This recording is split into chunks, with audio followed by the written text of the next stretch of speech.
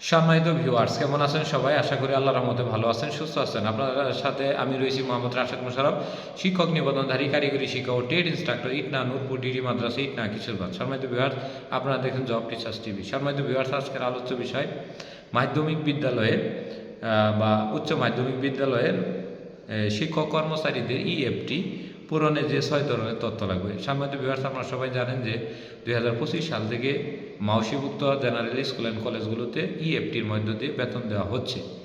তো সেই হিসেবে যারা এই সকল প্রতিষ্ঠানে, বিশেষ করে ষষ্ঠ গণবিজ্ঞপ্তি প্রত্যাশী যে সকল ভাই বোনেরা রয়েছে, যারা সাধারণ স্কুল অ্যান্ড কলেজগুলোতে সহকারী শিক্ষক এবং প্রভাষক হবেন, তাদের জন্য এই ভিডিওটি, যে তাদের ব্যাংকের আপনার ইএফটি পূরণে তাদের কি কি লাগতে পারে। যেমন অনেকে রয়েছেন যাদের আপনার কি বলে ভোটার আইডি কার্ড ভালো নাই, অর্থাৎ সংশোধনীর মধ্যে রয়েছে, জন্ম নিবন্ধনে উনি আবেদন করেছেন বা আবেদন করবেন, এরকম অনেকে রয়েছেন। তবে আপনাদের এই জন্ম নিবন্ধনটা দিয়ে ইএফটি করা যাবে না। তো সেই ক্ষেত্রে আপনাকে অবশ্যই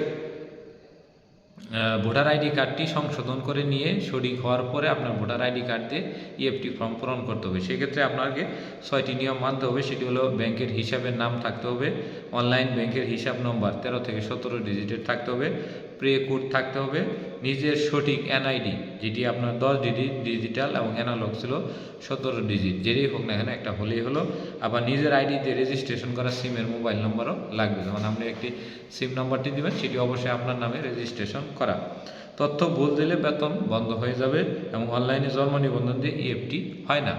তো সেই ক্ষেত্রে আমরা যারা ষষ্ঠ গণবিজ্ঞপ্তি 2025 প্রত্যাশী, তাদেরকে বলবো, আপনাদের যদি ভোটার আইডি কার্ডের কোনো সমস্যা থাকে তাহলে অবশ্যই নির্বাচন অফিসে গিয়ে ঘুষ দিয়ে হলেও অতি তাড়াতাড়ি এই আপনার ভোটার আইডি কার্ডজনিত যে সমস্যা, এটি সমাধান করার চেষ্টা করেন। যেহেতু ষষ্ঠ গণবিজ্ঞপ্তি কিছুটা হলেও দেরি রয়েছে, তো সেই হিসেবে যারা মাধ্যমিক বিদ্যালয় বা স্কুল কলেজ মাদ্রাসা কারিগরি শিক্ষা প্রতিষ্ঠান ধাপে ধাপে ইএফটি চালু হচ্ছে, 2025-এর মধ্যেই স্কুল কলেজ মাদ্রাসা এবং কারিগরি সবগুলোতে চালু হবে।